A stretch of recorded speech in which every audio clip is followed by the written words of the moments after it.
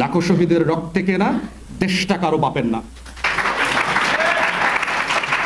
ভারত আমার জাতীয় শত্রু, এটা বোঝার মধ্য দিয়ে হচ্ছে বাংলাদেশের সিটিজেনশিপ।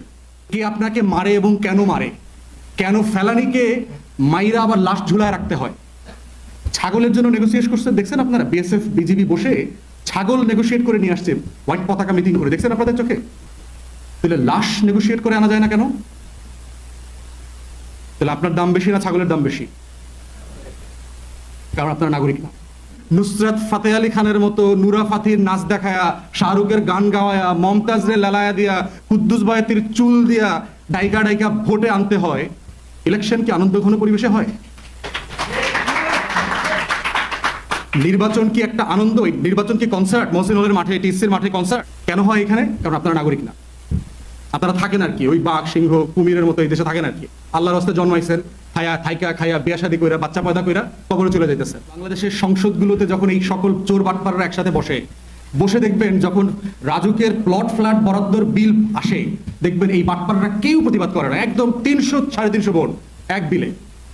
সকল বাটপারদের সামনে যখন বিল আসে যে ট্যাক্স ফ্রি 8 লাখ 10 লাখ অথবা মানে 20 লাখ টাকা ট্যাক্স ফ্রি করে দেবে আপনাকে, আপনি 1 কোটি 2 কোটি 5 কোটি টাকার দামের গাড়ি আনতে পারবেন, তখন দেখবেন সব পেঙ্গুইনরা একমত হয়ে যায়, কোনো দ্বিমত নাই পেঙ্গুইনদের মধ্যে।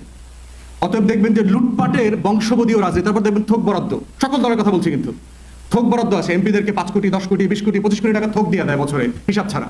থোক বরাদ্দও দেখবেন কোনো ইখতিলাফ নাই। এত মিল মহব্বত, মানে চোর বাটপাটদের ভিতরে যে কি পরিমাণ মিল মহব্বত থাকতে পারে এই বিলগুলো না দেখলে বুঝবেন না। এটা কেন? কারণ এটাকে তারা রিপাবলিক করতে চায় না, এটাকে তারা বংশীয় রাজনীতি করতে চাইছে। থার্ড সংকট হচ্ছে এই রাষ্ট্রের, আমরা কেউ নাগরিক না, আমরা এখানে থাকি। বাসিন্দা আর নাগরিক হওয়ার পার্থক্য আছে। লড়াইয়ের মধ্য দিয়ে নাগরিক হইতে হয়, রক্তের উপর দিয়ে নাগরিক হইতে হয়। বাসিন্দা পশু পাখিও বাসিন্দা। সুন্দরবনের একটা অংশ ভারতেও কিন্তু আছে। সুন্দরবনের বাঘ ভাল্লুক যখন বাংলাদেশ অংশ থেকে ভারতের অংশ যায়, তখন কি বিএসএফ ওকে আটকায়? ওর কি পাসপোর্ট দেখাইতে হয়? সুন্দরবনের পানি দিয়ে কুমিরটা যখন একই ঘোলা জল দিয়ে ভারত থেকে বাংলাদেশ অংশে ঢুকে হরিণ শিকার করতে আসে, ওর কি পাসপোর্ট লাগে? ওর পরিচয় লাগে? এনআইডি লাগে? লাগে না কেন? মানুষের কেন লাগে? বিএসএফ কেন আমাকে মারে? আমার লাশ কেন ঝুলায় রাখে? আমার ফেলানিকে কেন ঝুলায় রাখে? এই পার্থক্যটা বোঝার মধ্য দিয়ে হচ্ছে আপনি বাসিন্দা না নাগরিক এটা বুঝতে হবে, যে আপনাদেরকে মানুষ অপর আপনাকে কিভাবে ট্রিট করে। তো বাংলাদেশে কোনো নাগরিক নাই। বাংলাদেশে আমি শুধু দেখি বাসিন্দা। আমরা 20 কোটি মানুষ আছি এখানে, আমরা খাই দাই পশু পাখির মতো জীবনযাপন করি, আমরা নড়াচড়া করি না। আমার তাতে কি দেখবেন একটা লেইসেস ফেয়ার অ্যাটিটিউড আছে বাংলাদেশের তরুণদের। আনটিল জুন জুলাই আগের কথা বলছি।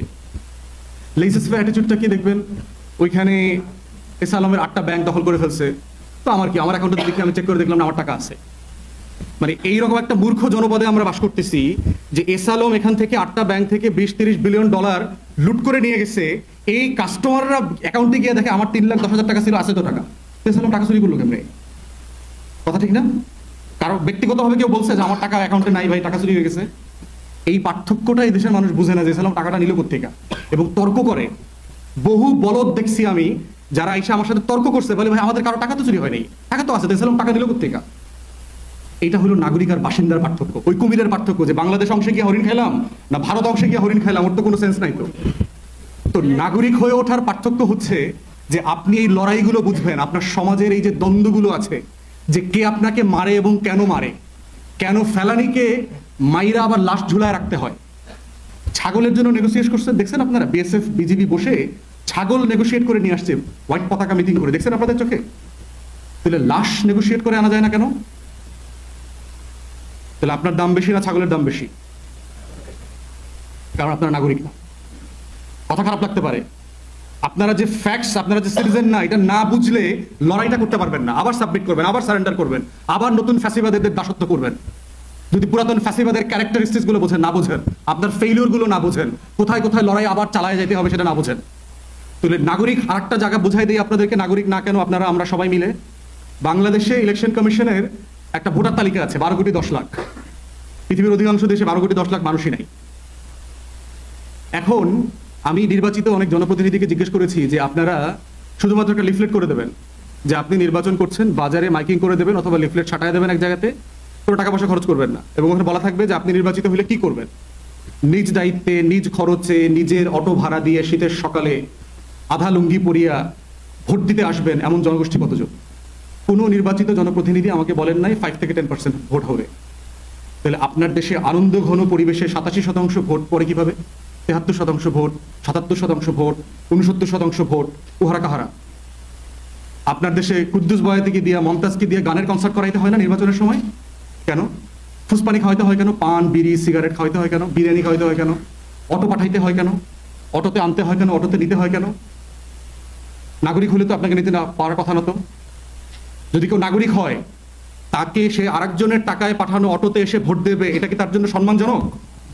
লজ্জাজনক না? বিড়ি খায়া মানে পান খায়া ভোট দেওয়া কি ধরনের, কোন লেভেলের একটা প্রি মডেল লেভেলে আমরা জনপদে বাস করছি?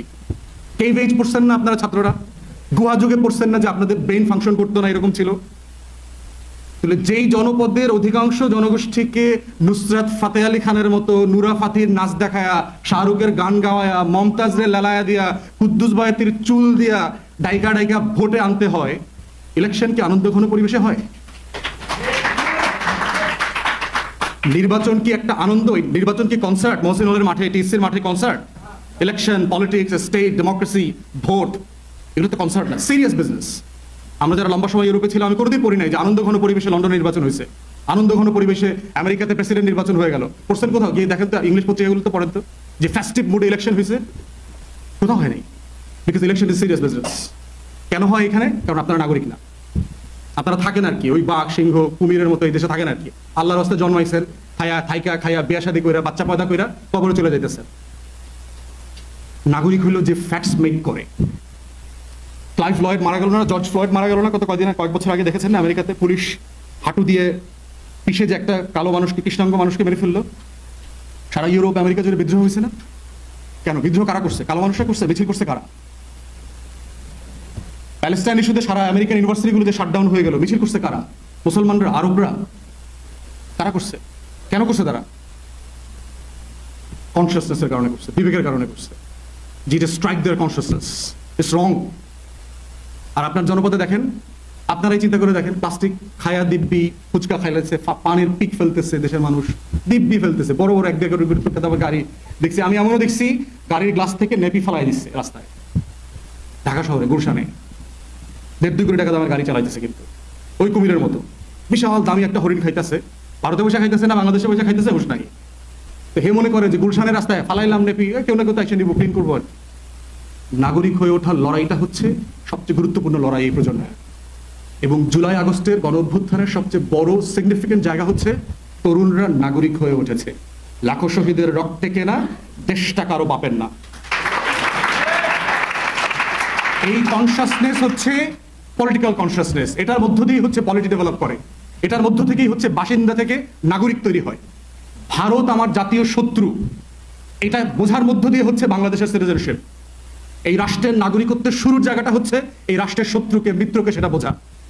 এই বাংলাদেশ রাষ্ট্রের স্বাধীনতা, সার্বভৌমত্ব এবং জাতীয় স্বার্থের সবচেয়ে বড় শত্রু হচ্ছে ভারত। এটা বোঝার মধ্য দিয়ে হচ্ছে বাংলাদেশের 20 কোটি মানুষকে নাগরিক হতে হবে। এর মানে এটা না যে কালকে থেকে ভারতের সাথে আমরা যুদ্ধ করব। এইটা বুঝা ভারতের সাথে আমি সব করব। ভারতে ঘুরতে যাব, চিকিৎসা নিতে যাব, ভারতে ছেলে পেলে পড়তে যাবে, ওরাও এই দেশে আসবে, ব্যবসা করবে, সব করব।